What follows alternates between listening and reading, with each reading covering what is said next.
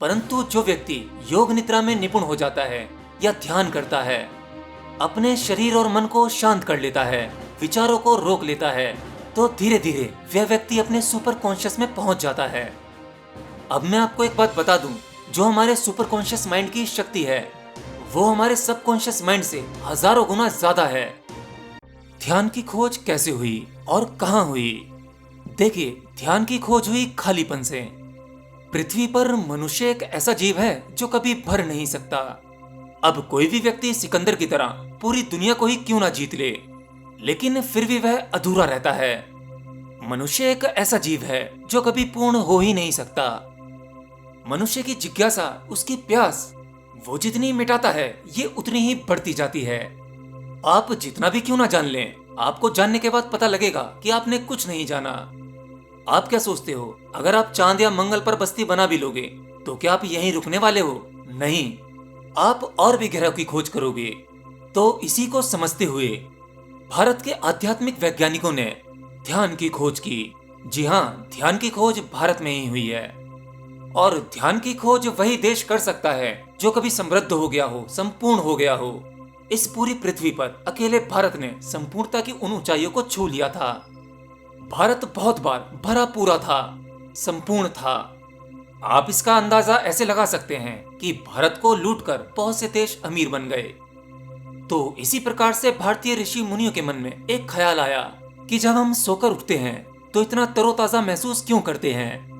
हमारा शरीर एनर्जेटिक होता है, स्फूर्तिवान होता है, मन शांत होता है और भीतर एक सकारात्मकता फैल जाती है। लेकिन जब हम दिन भर काम करते हैं तो शाम होते होते हम थक जाते हैं और साथ ही हमारे मन में बेचैनी बढ़ जाती है, मन की शांति कहीं गायब हो जाती है। तब हम रात में सो जाते हैं और अगले दिन हमें फिर से वही तरोताजगी महसूस होती है। तो भारतीय आध्यात्मिक गुरुओं ने यह जानने की कोशिश की कि आखिर नींद में ऐसा क्या है जो हमारे शरीर को तरोताजगी से भर देता है। तो इस बात का पता लगाने के लिए आध्यात्मिक गुरुओं ने मनुष्य को सोते हुए ऑब्जर्व करना शुरू किया, उन पर शोध किया। तो जब उन्होंने सोते हुए व्यक्ति को देखना शुरू किया तो उन्हें यह पता लगा कि व्यक्ति जब सो रहा होता है तो उसका शरीर शिथिल होता है, रिलैक्स होता है, उसकी सांसों की गति भी कम हो जाती है, क्योंकि अब शरीर को उतनी ऊर्जा की आवश्यकता नहीं पड़ती, क्योंकि शरीर तो शांत है, क्यों, है ना? तो व्यक्ति के सोते हुए शरीर पर शोध करने के बाद वह बाहरी रूप से केवल इतना ही जान पाए, लेकिन अभी भी उन्हें यह पता नहीं लग पाया था कि एक सोते हुए व्यक्ति में आंतरिक रूप से ऐसा क्या घटता है कि उसके शरीर की टूटी फूटी कोशिकाएं रिपेयर हो जाती हैं और बहुत सी छोटी मोटी बीमारियों का इलाज भी आपका ये शरीर सोते सोते खुद ब खुद कर लेता है। तब उन भारतीय खोजी ने अपने ही ऊपर जागते हुए नींद का प्रयोग किया, क्योंकि नींद में व्यक्ति तो सोया होता है, अब सोते समय उसके भीतर क्या घट रहा है यह वह जान नहीं पा रहे थे। तो इसका प्रयोग तो स्वयं पर ही किया जा सकता है, तभी आप जान पाओगे। तो उन गुरुओं ने सोचा कि जब हम सोते हैं तो हमारा शरीर और मन शांत हो जाता है, तो क्यों ना हम जागते हुए एक बार सोकर देखें। तो इसके लिए भारतीय ऋषि मुनियों ने कॉन्शियस स्लीप का प्रयोग किया। चुपचाप शांत बैठ गए, शरीर को बिल्कुल शिथिल कर दिया, अपने मन को भी धीरे धीरे शांत कर लिया। तो उन्होंने देखा कि जैसे ही उनका शरीर और मन शांत हुआ तो उनके भीतर गहन शांति का जन्म होने लगा। इतना ही नहीं, उनके भीतर एक अजीब से आनंद का अनुभव हुआ, एक नए प्रकार की ऊर्जा शरीर में जन्म लेने लगी और वो सब कुछ घटने लगा जो सोते समय एक व्यक्ति के शरीर में घटता है। लेकिन सोते समय कोई भी व्यक्ति अपने शरीर के भीतर जान नहीं पाता कि क्या घट रहा है, लेकिन कॉन्शियस स्लीप में वो ऋषि मुनि जान पा रहे थे कि आखिर भीतर की घटना किस प्रकार घट रही है। अब इतना सब कुछ होने के बाद वो ऋषि मुनि, उनके भीतर की जिज्ञासा, वो प्यास और बढ़ गई कि इसके आगे चलकर देखा जाए क्या होता है। और इसी प्रकार वह जागते हुए सोने की विधि को कंटिन्यू करते रहे और धीरे धीरे वह चेतना के उस आयाम में पहुंच गए। और जब वहां पहुंचे तब असीम आनंद, असीम ज्ञान, अनंत शक्तियों का जन्म उनके भीतर होने लगा।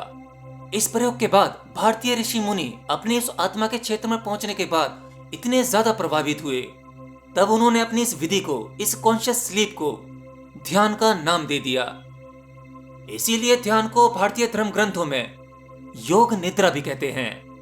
और योग निद्रा का मतलब होता है कॉन्शियस स्लीप, मतलब जागते हुए सोना, यानी शरीर सोया हुआ हो लेकिन आपके भीतर का होश जागा हो।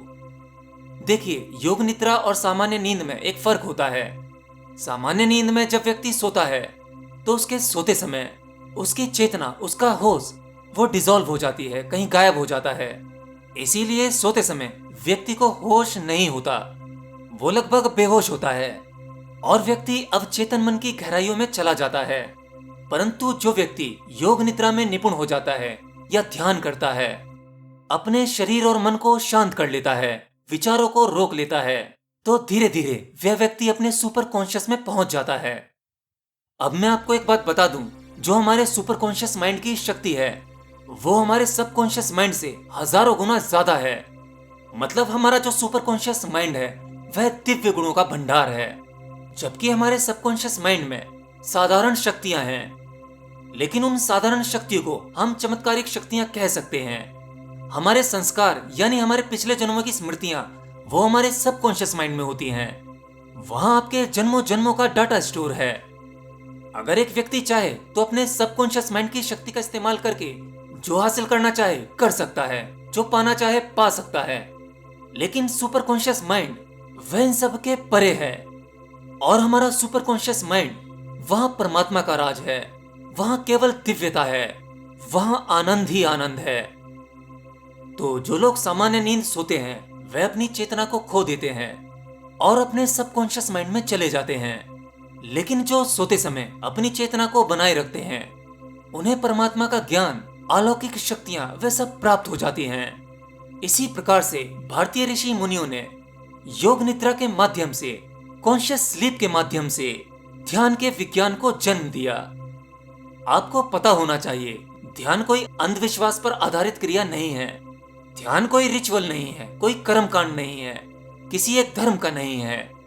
ध्यान तो स्वयं की खोज का विज्ञान है। तो जो लोग ध्यान को अपने जीवन में अपनाते हैं, तो जो ध्यान से उनको लाभ होते हैं उससे उनका जीवन धन्य हो जाता है और आसान भी।